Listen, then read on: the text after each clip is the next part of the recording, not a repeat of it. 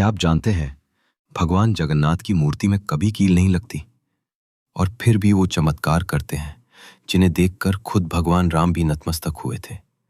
आज हम जानेंगे भगवान जगन्नाथ की वो संपूर्ण कथा जो रहस्यों से भरी है, और ऐसी अनसुनी कहानियां जो शायद आपने पहले कभी नहीं सुनी होंगी। एक देवता जिनकी मूर्ति हर 12 साल में बदली जाती है, जिसके शरीर को बनाया जाता है नीम की लकड़ी से, लेकिन क्यों, वो आज तक किसी को पता नहीं। एक ऐसा भगवान जिनकी मूर्ति अधूरी है पर भक्ति में सबसे पूरी। जानिए भगवान जगन्नाथ जी की वो रहस्यमयी कहानी जिसे जानकर आपके रोंगटे खड़े हो जाएंगे। सन 1558 उड़ियासा का पुरी इलाका। मुगल सेना जगन्नाथ मंदिर को तोड़ने के इरादे से आगे बढ़ रही थी। घोड़े सर पर दौड़ रहे थे, तलवारें चमक रही थी, लेकिन जैसे ही सेना मुख्य गर्भगृह की ओर बढ़ी, एक अजीब सा तूफान उठा। सूरज की रोशनी अचानक गायब हो गई और चारों ओर अंधकार छा गया। फिर सैनिकों ने देखा कि मंदिर के अंदर से तेज रोशनी आ रही है, और रोशनी के साथ एक भयानक और डरावनी चीज उनके पास आ रही है। यह दृश्य इतना भयानक था कि कई सैनिक वहीं पर बेहोश हो गए, और जो बच गए वो ऐसे भागे मानो उनके सामने मौत खड़ी हो। अब आप सोचिए कि क्या ये सिर्फ एक ऐतिहासिक घटना थी या फिर सच में भगवान जगन्नाथ ने अपने धाम की रक्षा की। पुरी का जगन्नाथ मंदिर एक ऐसा स्थान जो सिर्फ भक्ति का केंद्र नहीं बल्कि अनगिनत रहस्यों की चुप दुनिया है। क्या आपने कभी सोचा है कि क्यों इस मंदिर का ध्वज हमेशा हवा के विपरीत दिशा में उड़ता है, और क्यों मंदिर के ऊपर लगे सुदर्शन चक्र हर दिशा से ऐसा लगता है मानो आपको ही देख रहा हो। यहाँ तक कि प्रसिद्ध किताब भविष्य मलिका में इस मंदिर को लेकर कलयुग की कई भविष्यवाणियां की गई हैं, जो कि सारी की सारी सच हुई हैं। इनमें सबसे प्रसिद्ध है कोविड-19 यानी कि कोरोना की घटना। इस किताब में लिखा गया था कि जब मंदिर का सबसे पुराना पेड़ गिर जाएगा तब एक भयानक महामारी आएगी, और यह पूरी तरह सच भी हुई। यह सिर्फ एक घटना नहीं, ऐसी और भी कई घटनाएं हैं जो सच हुई हैं और सारी आपको चौंका देंगी। इस मंदिर के अंदर ऐसे और भी कई अनसुने और खतरनाक रहस्य छुपे हुए हैं जो आपके होश उड़ा देंगे। और सबसे बड़ा रहस्य है ब्रह्म पदार्थ का, यानी कि श्री कृष्ण का दिल। माना जाता है कि इस मंदिर में श्री कृष्ण का दिल आज भी मौजूद है, जिसे हर 12 साल में पुरानी मूर्ति से निकालकर नई मूर्ति में डाला जाता है, और यह प्रक्रिया काफी महत्वपूर्ण है। इस दौरान अगर कोई श्री कृष्ण के दिल को देख ले तो वह तुरंत मर जाता है, जिसकी कई घटनाएं हमारे सामने आती हैं। पिछले 800 सालों से इस मंदिर का ध्वज हर रोज बदला जाता है, और कहा जाता है कि अगर इसे एक भी दिन ना बदला गया तो मंदिर को 18 सालों के लिए बंद करना होगा। और जब अंग्रेज आए तो उन्होंने इस प्रक्रिया को अंधविश्वास बताकर रोकने की कोशिश की, लेकिन फिर उनके साथ जो हुआ वो जानकर आप चौंक जाएंगे। इस मंदिर के मुख्य प्रवेश द्वार में 22 सीढ़ियां हैं जिन्हें पार करना होता है, लेकिन इनमें से तीसरी सीढ़ी पर पैर रखना सख्त मना है। पर आखिर ऐसा क्यों है, और क्या होगा यदि आपने तीसरी सीढ़ी पर पैर रख दिया? फिर आती है मंदिर की रसोई, जहां 7 बर्तनों में एक साथ प्रसाद पकता है, पर नीचे की आंच से ऊपर वाला बर्तन पहले कैसे पक जाता है? क्या मंदिर की रसोई विज्ञान के नियमों को भी चुनौती देती है? ऐसे ही और भी न जाने कितने चौंकाने वाले रहस्य। यह सिर्फ एक मंदिर नहीं, ये एक ऐसा तीर्थ है जहां धर्म, विज्ञान, वास्तु और चमत्कार चारों एक साथ खड़े हैं, जहां श्रद्धा सिर्फ पूजा नहीं बल्कि रहस्यों से सामना करने की तैयारी है। तो क्या आप तैयार हैं एक ऐसे सफर के लिए जहां हर अध्याय आपको चौंकाएगा, हर रहस्य आपके विश्वास को चुनौती देगा, और हर जवाब एक नए सवाल को जन्म देगा? चलिए चलते हैं जगन्नाथ मंदिर की उस रहस्यमय यात्रा पर, जहां भगवान खुद हर सवाल का उत्तर है। 15 जून 2015 रात को घड़ी में 12 बजते ही पूरे शहर की बिजली काट दी गई। ये कोई साधारण बिजली कटौती नहीं थी। इस बिजली कटौती का कारण था मंदिर के गर्भगृह में चल रही विचित्र घटना।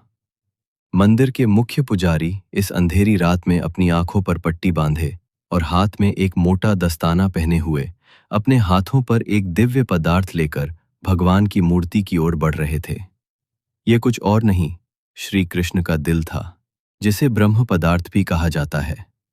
ठीक 12 साल बाद ये प्रक्रिया आज मंदिर में फिर दोहराई जा रही थी, जहां भगवान जगन्नाथ की पुरानी मूर्ति से उनके दिल को निकालकर नई मूर्ति में लगाया जाता है। ये होता है भगवान के शरीर को बदलने का, लेकिन आत्मा को यथावत रखने का अनुष्ठान। माना जाता है कि यह मंदिर दुनिया का एकमात्र मंदिर है जहां भगवान आज भी जीवित रूप में बसते हैं, और जब उनका शरीर पुराना हो जाता है तो ठीक उसी तरह नया शरीर दिया जाता है जैसे कोई आत्मा नया जन्म लेती है। कहते हैं इस ब्रह्म तत्व को आज तक किसी ने नहीं देखा, और जिसने भी देखने की कोशिश की वह जिंदा नहीं बचा। नवकलेवर की रात, जब पुरानी मूर्तियों से ब्रह्म तत्व निकालकर नई मूर्तियों में डाला जाता है, पुरी में कर्फ्यू जैसा माहौल बना दिया जाता है। पूरे शहर की बिजली काट दी जाती है। मंदिर को घोर अंधेरे में बंद कर दिया जाता है। मंदिर के अंदर होते हैं सिर्फ विशुद्ध ब्राह्मण, जिनका खानदान सदियों से यही कार्य करता आया है। उनकी आंखों पर पट्टी बांधी जाती है और हाथों पर मोटे दस्ताने पहनाए जाते हैं, ताकि वे ना देख सकें और ना ही महसूस कर सकें कि ब्रह्म पदार्थ है क्या। जब यह प्रक्रिया होती है तब मंदिर की सुरक्षा सीआरपीएफ के जवान करते हैं, और किसी भी व्यक्ति का मंदिर के अंदर जाना सख्त मना होता है। जब 2015 में यह अनुष्ठान हुआ था, तब एक पांडे ने उस ब्रह्म तत्व को हाथ लगा दिया था, जिसके बाद वो तुरंत ही बेहोश हो गया, और तुरंत ही हाथों पर मोटे दस्ताने पहनाए जाते हैं ताकि वे ना देख सके और ना ही महसूस कर सके कि ब्रह्म पदार्थ है क्या। जब ये प्रक्रिया होती है तब मंदिर की सुरक्षा सीआरपीएफ के जवान करते हैं, और किसी भी व्यक्ति का मंदिर के अंदर जाना सख्त मना होता है। जब 2015 में ये अनुष्ठान हुआ था, तब एक पांडे ने उस ब्रह्म तत्व को हाथ लगा दिया था, जिसके बाद वो तुरंत ही बेहोश हो गया, और जब आंख खुली तो वो मानसिक रूप से पूरी तरह अस्थिर हो गया था। तो सवाल उठता है, ब्रह्म तत्व आखिर है क्या? क्या ये कोई दिव्य ऊर्जा है?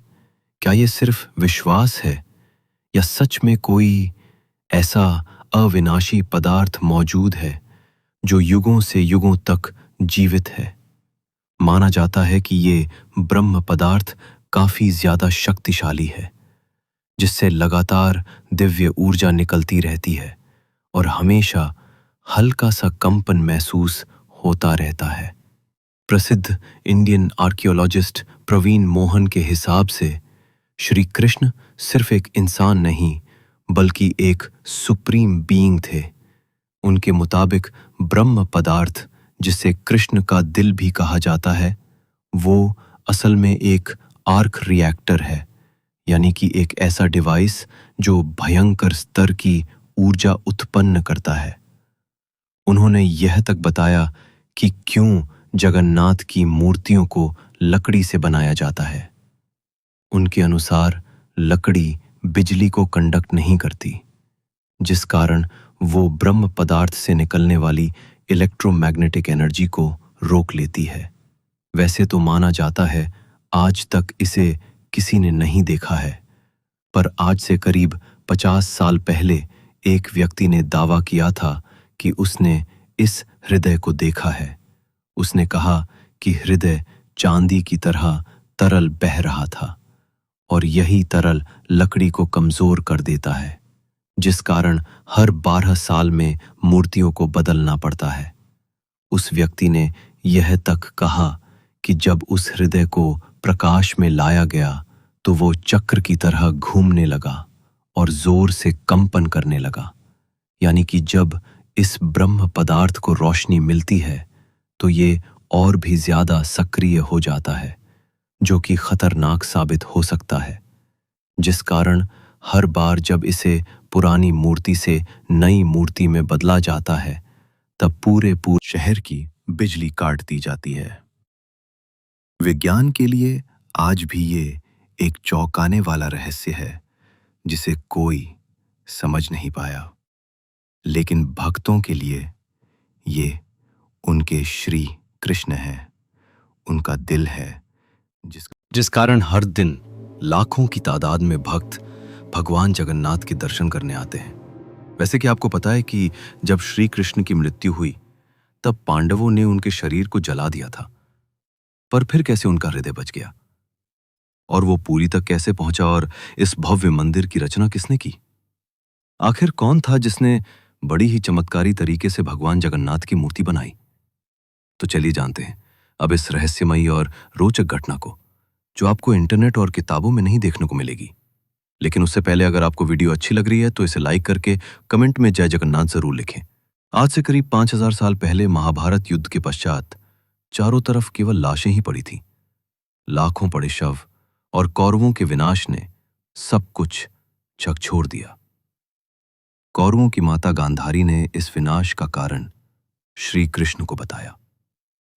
उनके हिसाब से अगर श्री कृष्ण चाहते तो ये युद्ध होता ही नहीं, पर उन्होंने ऐसा नहीं किया, जिसके कारण क्रोधित होकर गांधारी ने कृष्ण को श्राप दिया। गिना जिस प्रकार मेरे वंश का विनाश हुआ है, ठीक उसी प्रकार तुम्हारे भी वंश का विनाश हो जाएगा। इस श्राप के 36 साल बाद जब एक दिन श्री कृष्ण जंगल में विश्राम कर रहे थे, तब एक शिकारी ने उन्हें हिरन समझकर उन पर तीर चला दी, और जैसे ही तीर श्री कृष्ण के पैरों पर जाकर लगी, उन्होंने इस लोक को छोड़ दिया और मृत्यु को स्वीकार किया। और माना जाता है कि उनकी मृत्यु के साथ ही पूरी द्वारका नगरी पानी में समा गई, जिससे उनका पूरा वंश समाप्त हो गया। माना जाता है कि जब शिकारी ने उन्हें गलती से मारा तो उसे बहुत पछतावा और उसने श्री कृष्ण से माफी मांगी, पर श्री कृष्ण ने बताया कि यह मेरे ही कर्मों का फल है। उन्होंने समझाते हुए कहा कि पिछले जन्म में तुम महान वानर राजा बाली थे, जिसे मैंने ही राम अवतार में छल से मार दिया था, और उसी कारण आज तुम मेरे मृत्यु का कारण बने। माना जाता है कि जब श्री कृष्ण की मृत्यु की खबर पांडवों को मिली तो उन्होंने पूरे रीति रिवाज से श्री कृष्ण का अंतिम संस्कार किया, और जब उनके शरीर को जलाया गया तो उनका पूरा शरीर पंच तत्वों में विलीन हो गया, परंतु उनका हृदय बच गया और जलने की बजाय और भी अधिक ऊर्जा से धड़कने लगा। इसी हृदय को बाद में ब्रह्म पदार्थ कहा गया। अर्जुन ने इस हृदय को लकड़ी के मंच पर रखकर नदी में बहा दिया। काफी लंबे समय तक बहने के बाद ये ब्रह्म पदार्थ उड़ीसा के समुद्र तट पर पहुंचा। उस समय उस तट पर सबरा जनजाति समुदाय के लोग रहा करते थे। उस जनजाति के मुखिया विश्ववसु ने जब इस ब्रह्म पदार्थ को देखा तो वे इसकी ऊर्जा और दिव्य प्रकाश से प्रभावित हो गए। उन्होंने तुरंत ही पहचान लिया कि ये भगवान के ही रूप हैं, और उन्होंने इसे नील माधव के रूप में पूजना शुरू कर दिया। उसी समय मालवा के राज्य में राजा इंद्रदुम्न राज्य किया करते थे। वे भगवान विष्णु के काफी बड़े भक्त थे। एक दिन उन्होंने नील माधव के दर्शन करने की इच्छा व्यक्त की और उन्हें ढूंढने लगे, और यही आगे चलकर जगन्नाथ के निर्माण की आधारशिला बनी। जैसा कि मैंने बताया, राजा इंद्रदुम्न विष्णु के परम भक्त थे, और एक रात स्वयं भगवान विष्णु उनके सपने में आए और उन्हें कहा कि वे उनकी दिव्य मूर्ति नील माधव को ढूंढे और उनके लिए एक भव्य मंदिर का निर्माण करें। श्री हरि विष्णु ने उन्हें यह भी बताया कि ये ब्रह्म पदार्थ उन्हें नीलांचल पर्वत में मिलेगा, जिसके पश्चात राजा ने अपने ब्राह्मण पुजारी विद्यापति को आदेश दिया कि वह इस मूर्ति को ढूंढ निकाले। विद्यापति कई दिनों तक नीलांचल पर्वत के अलग हिस्सों में इसकी तलाश करते रहे, और तब जाकर अंत में उन्हें पता चला कि इस मूर्ति को आदिवासी मुखिया विश्ववसु ने एक गुफा में छुपा कर रखा है, और वे दिव्य रूप से उसकी पूजा करते हैं। जब विद्यापति ने इसके दर्शन करने की अनुमति मांगी, तब विश्ववसु ने यह कहकर मना कर दिया कि यह उनके जाति का निजी मामला है।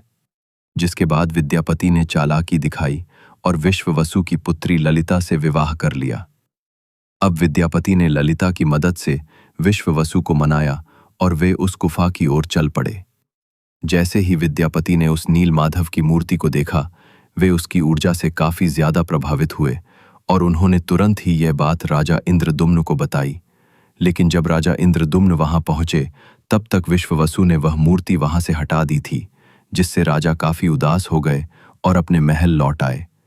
इसके बाद फिर से रात में भगवान विष्णु उनके सपने में आए और कहा कि पुरी के तट पर एक बड़ा नीम का पेड़ बहकर आएगा, तुम उस पेड़ से मेरी नई मूर्ति बनाना। वह पेड़ काफी बड़ा था, जिसे उठाना आसान नहीं था।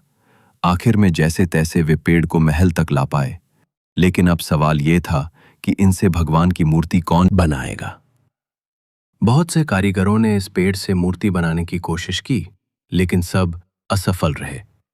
उन्होंने कहा कि पेड़ इतना ज्यादा मजबूत है कि हमारे छेनी हथौड़ी का उस पर कोई असर नहीं हो रहा। ये सुनकर राजा काफी परेशान हो गए। तभी एक दिन भगवान विश्वकर्मा एक बूढ़े साधु के रूप में वहां पधारे और उन्होंने कहा कि वे ये मूर्ति 21 दिनों में बनाकर देंगे। राजा काफी प्रसन्न हुए, पर उस बूढ़े आदमी ने एक शर्त रखी। उसने कहा कि मैं एक कमरे में बंद रहकर 21 दिनों में ये मूर्ति बनाऊंगा और तब तक कोई भी इस कमरे का ना तो दरवाजा खोलेगा और ना ही कोई अंदर आएगा। राजा ने उसकी ये शर्त स्वीकार की और फिर मूर्ति करते रहे। जब लोगों ने दावा किया कि इसमें कोरोना महामारी का वर्णन भी है, नाना रोग आसिबा, गोटे बड़ा व्याधि, लोका घरे रही, बाहर कुना जीबा, अर्थात अनेकों रोग आएंगे, एक बड़ा रोग फैलेगा, लोग घरों में बंद रहेंगे, बाहर नहीं निकल पाएंगे। अब ये पंक्तियां किसी भी सामान्य रीडर को 2020 की कोविड-19 महामारी की याद दिला देती हैं। पुरी और ओडिशा में कई संतों और विद्वानों ने इसे भविष्यमालिका की सटीक भविष्यवाणी माना। इस किताब की एक और बात, इसमें जिक्र किया गया है कि मंदिर परिसर के ऊपर जो कपड़ा है उसमें आग लगने की घटना का उल्लेख मिलता है। कुछ साल पहले पहली बार त्रिदेव के वस्त्र में आग लगी थी। इस घटना के बाद कलयुग के अंत के बारे में एक बार फिर से बातें होने लगी। कहते हैं कि पाप नाश एकादशी के दिन जगन्नाथपुरी मंदिर में एक अखंड महाद्वीप जलाया गया था, लेकिन अचानक तेज हवा चली और झंडा उड़कर दीपक के ऊपर चला गया, जिससे मंदिर के झंडे में आग लग गई। ये घटना 19 मार्च 2020 को हुई थी। कहा जाता है कि दूसरे मंदिरों की तरह जगन्नाथ मंदिर के गुंबद पर कभी कोई पक्षी नहीं बैठता और ना ही इस पर कोई प्लेन या हेलीकॉप्टर उड़ता है। लेकिन जुलाई 2020 के बाद से मंदिर के गुंबद पर गिद्ध, चील और बाज को देखा गया था। ये पक्षी मंदिर के गुंबद, स्तंभ और नील चक्र पर भी बैठे थे। ऐसे में दुनिया के महाविनाश की भविष्यवाणी एक बार फिर से चर्चा में आ गई थी। भविष्यमालिका के अनुसार जब कलयुग का अंत करीब होगा तो भगवान जगन्नाथ मंदिर का नील चक्र यानी सुदर्शन चक्र तूफान से टेढ़ा हो जाएगा। मई 2019 में समुद्री तूफान फानी के कारण ये विशालकाय चक्र टेढ़ा हो गया था। ऐसे ही और भी कई भविष्यवाणियां हैं जो सच हो चुकी हैं और कई प्रसिद्ध भविष्यवाणियां हैं जो आने वाले को लेकर की गई हैं। 3 रथ यात्राएं एक साथ रुकेंगी, नदियां उल्टी दिशा में बहेंगी, ब्रह्म तत्व मंदिर से गायब हो जाएगा और फिर में अंत में आएंगे भगवान के आखिरी अवतार कल की। अब दोस्तों, आप ही सोचिए कि क्या ये महज संयोग है या सच में आचार्य अच्युतानंद को भविष्यदर्शी शक्तियां प्राप्त थीं। अगर उन्होंने आज से सैकड़ों साल पहले लिख दी जो अब सच हो रही हैं, तो क्या हमें उनकी बाकी भविष्यवाणियों को भी गंभीरता से लेना चाहिए? भविष्यमालिका कोई साधारण ग्रंथ नहीं, बल्कि वो कायनात का रोड मैप है जिसे बस समझने की जरूरत है। वैसे आपकी जानकारी के लिए बता दूं कि सन 1558 में मुगल सेना ने मंदिर को तोड़ने की कोशिश की। फिर उनके साथ जो हुआ वो चौंकाने वाला था और इस घटना को पहले ही भविष्यमालिका में लिख दिया गया था। और साथ ही भविष्यमालिका में अंग्रेजों को लेकर भी ये कहा गया था कि गोरे आएंगे और मंदिर को बंद कराने की कोशिश करेंगे।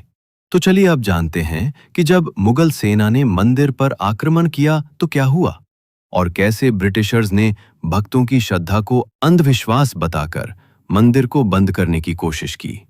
लेकिन उससे पहले चैनल को सब्सक्राइब जरूर कर लें, यह आपके लिए तो फ्री है, पर इससे हमारी काफी मदद हो जाती है।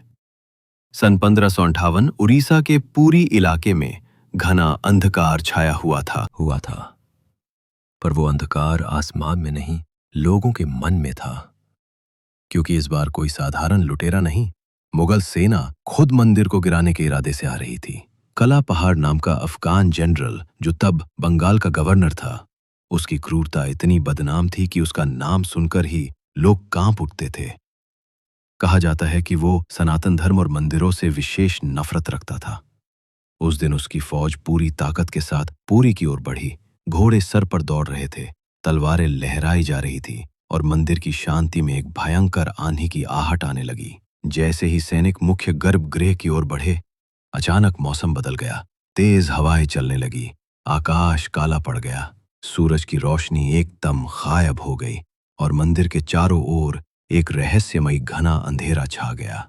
मंदिर के भीतर से एक चमकती हुई रोशनी निकली, जो किसी इंसान की नहीं थी। ये रोशनी जैसे ही बाहर आई, पूरा मैदान एकाएक शांत हो गया। सैनिकों में अफरा तफरी मच गई, कुछ बेहोश हो गए, कुछ उल्टा भागने लगे। बिना एक भी तलवार चले कला पहाड़ की पूरी फौज पीछे हट गई। आज भी पुरी की लोक कथाओं में ये कथा सुनाई जाती है कि जब भगवान की मर्यादा पर वार होता है तो वो खुद प्रकट होकर अपने धाम की रक्षा करते हैं। अब दूसरी घटना की बात करते हैं, जो है अंग्रेजों का विरोध और रथ यात्रा का संघर्ष। जब 1803 में अंग्रेजों ने पुरी पर कब्जा किया, तब उन्होंने कई प्राचीन मंदिरों की संपत्तियों और अधिकारों को छीन लिया। लेकिन पुरी का श्री जगन्नाथ मंदिर एक ऐसा स्थान बना जहां जनता ने कभी भी नियंत्रण नहीं छोड़ा। ब्रिटिश अधिकारियों को मंदिर की अलौकिक घटनाएं और भक्तों की श्रद्धा समझ नहीं आती थी, इसीलिए उन्होंने इन्हें सुपरस्टिशन कहकर मजाक बनाना शुरू कर दिया। सन 1805 में ब्रिटिश कलेक्टर मिस्टर हंटर ने पुरी मंदिर के रिचुअल्स को इरेशनल और बारबेरिक कहा। बात तब और बिगड़ी जब सन 166 में ब्रिटिश प्रशासन ने पुरी की रथ यात्रा को बंद करवाने की साजिश रची। उन्होंने ये तर्क दिया कि रथ यात्रा के दौरान भीड़ अनियंत्रित हो जाती है और ये प्रशासनिक खतरा है। पर यह फैसला पूरे उड़ीसा में जन आंदोलन का कारण बन गया। लाखों लोग सड़कों पर उतर आए। मठों, आचार्यों और गांवों ने खुलकर विरोध किया। रथ यात्रा का रथ निर्माण कार्य लोगों ने खुद शुरू कर दिया, ये कहते हुए कि अगर भगवान नहीं चलेंगे तो हम भी नहीं चलेंगे। इस जनता के दबाव और आक्रोश के चलते ब्रिटिश सरकार को पीछे हटना पड़ा और 1964 में फिर से रथ यात्रा की अनुमति दी गई। इसके बाद अंग्रेजों ने कभी पुरी मंदिर के अंदरूनी मामलों में दखल नहीं दिया। अब चलिए आपको बताते हैं जगन्नाथ की तीसरी सीढ़ी का रहस्य, जिसे यमलोक का द्वार भी कहा जाता है। वैसे तो इस मंदिर में 22 सीढ़ियां हैं, पर सबसे खास है तीसरी सीढ़ी, क्योंकि इसमें पैर रखना उचित नहीं माना जाता।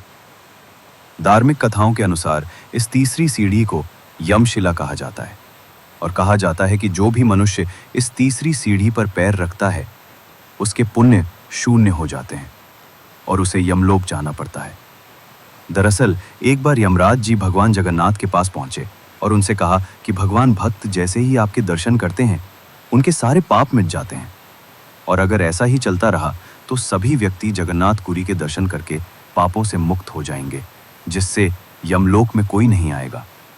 तब भगवान जगन्नाथ ने कहा कि तुम इस मंदिर की तीसरी सीढ़ी पर अपना स्थान ग्रहण कर लो, और जो भी इस मंदिर की तीसरी सीढ़ी पर पैर रखेगा उसके पुण्य शून्य हो जाएंगे और उसे यमलोक जाना पड़ेगा। और तभी से इस सीढ़ी को यमशिला कहा जाता है, क्योंकि इसमें यम का वास है।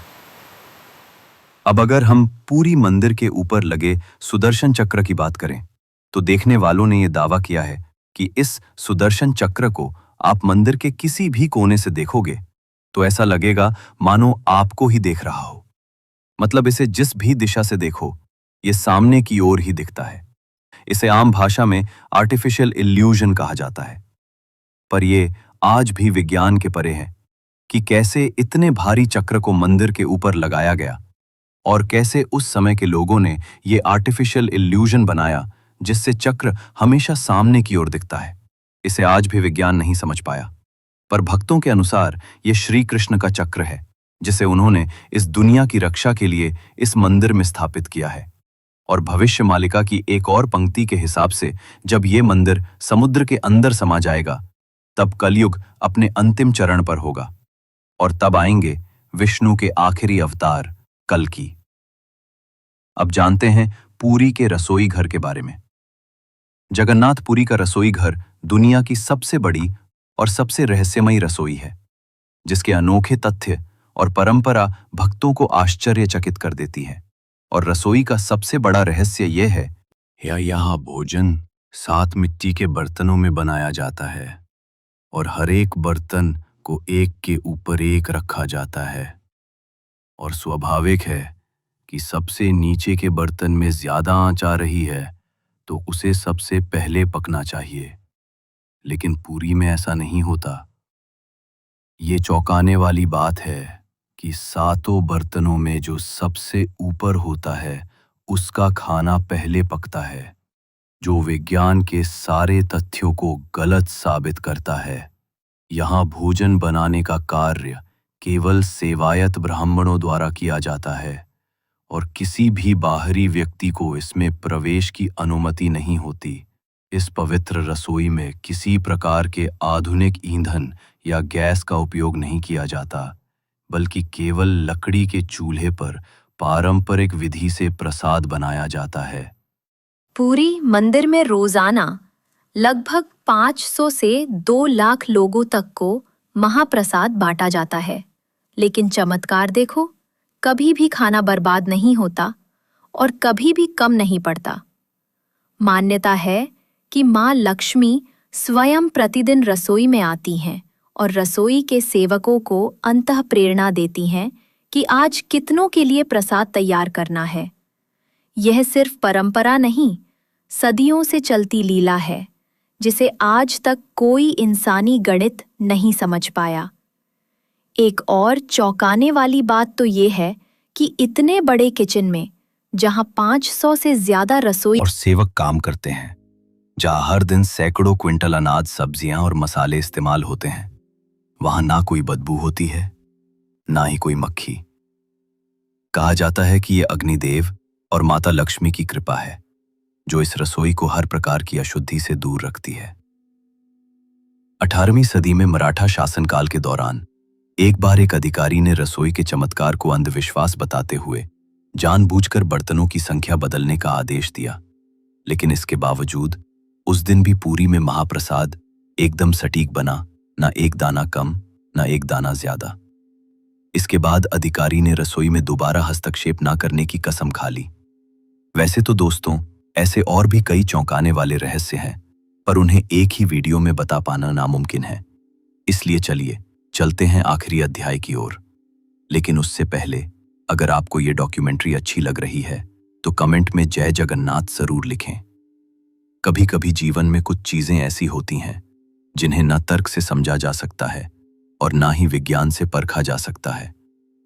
पुरी के श्री जगन्नाथ मंदिर का हर पत्थर, हर कोना हमें एक ऐसी दुनिया में ले जाता है जहां भक्ति और बुद्धि, विज्ञान और विश्वास, संघर्ष और समाधान सब एक साथ चलते हैं। जगन्नाथ केवल भगवान नहीं, एक चेतना है जो हमें यह सिखाते हैं कि जब विज्ञान चुप हो जाए तो श्रद्धा बोलती है। तो अब सवाल यह है, क्या यह सब केवल संयोग है या कहीं ना कहीं कोई ऐसी शक्ति है जो इन सब को संचालित कर रही है? आप क्या मानते हैं? क्या आपने कभी इन रहस्यों को खुद महसूस किया है? अगर हां, सो ये वीडियो सिर्फ जानकारी नहीं, बल्कि आपकी अपनी यात्रा है श्रद्धा से रहस्य तक। और ऐसी ही एक यात्रा है केदारनाथ धाम की, जो जगन्नाथ की तरह ही 4 धामों में से एक है। और अगर आप केदारनाथ धाम की यात्रा पर चलना चाहते हैं तो यह वीडियो जरूर देखें। धन्यवाद।